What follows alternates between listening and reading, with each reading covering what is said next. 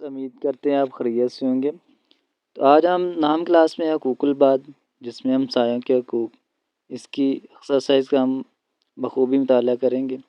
تو اس سے پہلے میں سب سے پہلے آپ سے گزارش کرتا ہوں کہ جو بھی چینل پہ نئے آ رہے ہیں سب سے پہلے سبسکرائب کر لیں، تاکہ ہر آنے والی ویڈیو کا نوٹیفیکیشن سب سے پہلے آپ کے پاس پہنچے، تاکہ جو آپ کے لیے جی ویورز، حقوق العباد اس کو کہتے ہیں جو بندوں کے حقوق ہوتے ہیں۔ اب کوئی بھی معاشرہ لے لیں، اس میں انسان اکیلا کچھ کام کا نہیں، کیونکہ سب کو مل کر ساتھ چلنا پڑتا ہے۔ تو حقوق العباد اس کو کہا جاتا ہے کہ ہر بندہ ایک دوسرے کے ساتھ لین دین کے معاملات اچھے طریقے سے نبھا سکے۔ ویور اگر دیکھا جائے تو ہم بچپن میں یہ ایک الفاظ بولتے تھے، جملہ بولتے تھے کہ پتر تینوں میرا کام نہیں پینا کل نوں۔ تو کیونکہ اکیلا بندہ کچھ بھی نہیں کر سکتا، یہ فطرت ہے، فطرت کے الفاظ ہی ہم دہراتے ہیں۔ جو انسان اس کو اڈاپٹ کر لیتا ہے وہ اپنے معاشرے کو بہتر بنا لیتا ہے۔ جی تو چلتے ہیں ہم اپنی ویڈیو کی طرف، ہم مشق پہ آ چکے ہیں۔ سب سے پہلے حقوق العباد سے کیا مراد ہے؟ اس کا سب سے آپشن ہے بندوں کے حقوق۔ قرآن مجید کے مطابق پڑوسیوں کی اقسام ہیں، اس کا جو صحیح آپشن ہے وہ بے جز ہے 3۔ جس شخص کا ہمسایہ بھوکا ہو اور خود پیٹ بھر کر نہیں کھائے، اس کا جو صحیح آپشن ہے وہ ہے الف جز ایمان۔ حضرت جبرائیل علیہ السلام نے کن کے حقوق کے بار بار تاکید کی ہے؟ ہمسایوں کے الف جز اس کا صحیح آپشن۔ قرآن مجید میں رشتہ داروں کے حقوق کے ساتھ تذکرہ ہے، پڑوسیوں کے حقوق کا، اس کا بھی الف جز صحیح آپشن ہے۔ تو آگے مختصر سوالات ہیں۔ سب سے پہلا سوال ہے حقوق العباد کے معنی و مفہوم بیان کریں۔ جی، حقوق العباد سے مراد بندوں کے حقوق ہیں۔ معاشرتی اور اجتماعی زندگی میں ہر انسان دوسرے انسان کا محتاج ہوتا ہے، کیونکہ انسان اپنی ذمہ داری بنیادی ضروریات اکیلا پوری نہیں کر سکتا، لہذا اس سے بعض ذمہ داریاں ادا کرنے سے کچھ حقوق حاصل ہوتے ہیں۔ تو آپ نے یہاں تک کرنا ہے، تو یہ میں ہائی لائٹ کر رہا ہوں۔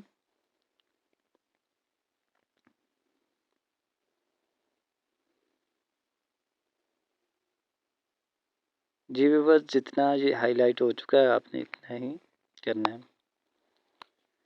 آگے دوسرا سوال ہے قرآن مجید میں پڑوسیوں کی کتنی اقسام بیان کی گئی ہیں؟ جی ویورز، قرآن مجید میں اس آیات کے مطابق پڑوسی کی 3 قسمیں ہیں۔ سب سے پہلی قسم ہے رشتہ دار پڑوسی، جو ہمارے رشتہ دار ہوتے ہیں، قریب رہنے والے پڑوسی، جو ہمارے بالکل ہمسائے ہوتے ہیں، جو ریالٹی میں ہمسائے۔ اس کے بعد تھوڑی دیر کے پڑوسی۔ تیسرا سوال ہے ہمسایوں کے 2 حقوق بیان کریں۔ جی تو 2 حقوق، پڑوسیوں کے ساتھ سلام میں پہل کریں، اور جب وہ بیمار ہوں تو ان کی عیادت کریں۔ اس کا جو دوسرا حقوق ہے، جب وہ بیمار ہوں تو ان کی عیادت کریں۔ تو پڑوسیوں سے علاوہ بھی ہم سلام میں پہل کرنی چاہیے۔ تو آپ بیماروں کی عیادت بھی کیا کرتے تھے، اس کا بھی بہت بڑا اجر ہے۔ جی تو چوتھا سوال، ہمسایوں کے حقوق کے 2 معاشرتی اثرات تحریر کریں۔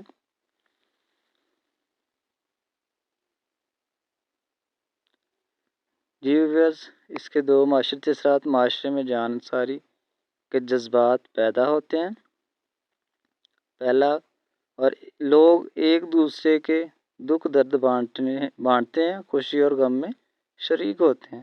یہ 2 معاشرتی اثرات ہیں۔ ویسے کار تو سارے بھی سکتے ہیں، لیکن آپ نے یہ 2 ہی کرنے ہیں۔ جی ویورز، 5واں سوال، ہمسایوں کے حقوق کے بارے میں ایک حدیث مبارکہ کا ترجمہ لکھیں۔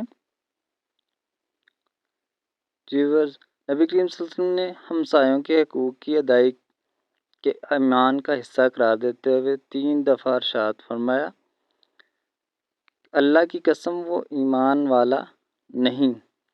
عرض کیا گیا، اے اللہ کے رسول کون؟ فرمایا وہ شخص جس شر سے اس کا پڑوسی محفوظ نہ ہو۔ جی تفصیلی سوالات ہے، قرآن و سنت کی روشنی میں ہمسایوں کے حقوق واضح کریں۔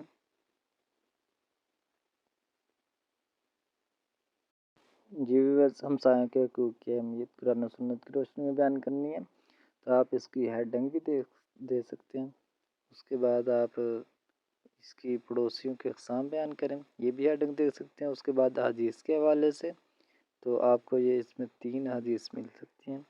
تو یہ پہلی حدیث، اور اس کے بعد نیچے دوسری حدیث بھی مل سکتی ہے، تیسری بھی 3 حدیث مل سکتی ہے۔ اس کے بعد آپ نے آداب لکھنے ہیں، تو آداب کے بعد آپ نے معاشرتی اثرات، یہ آپ کا لانگ ایک مکمل کمپلیٹ ہوگا۔ تو آپ ہیڈنگ کا ساتھ نہیں چھوڑنا، ہیڈنگ لازمی آپ نے لکھنے ہیں تاکہ آپ کی پریزنٹیشن امپروو ہو سکے۔ امید ہے کہ آپ کو یہ ویڈیو اچھی لگی ہوگی، تو لائک، شیئر اور کمنٹ کرنا نہ بھولیے گا، اور اگلی ویڈیو تک کے لیے اجازت دیجیے۔ اللہ حافظ۔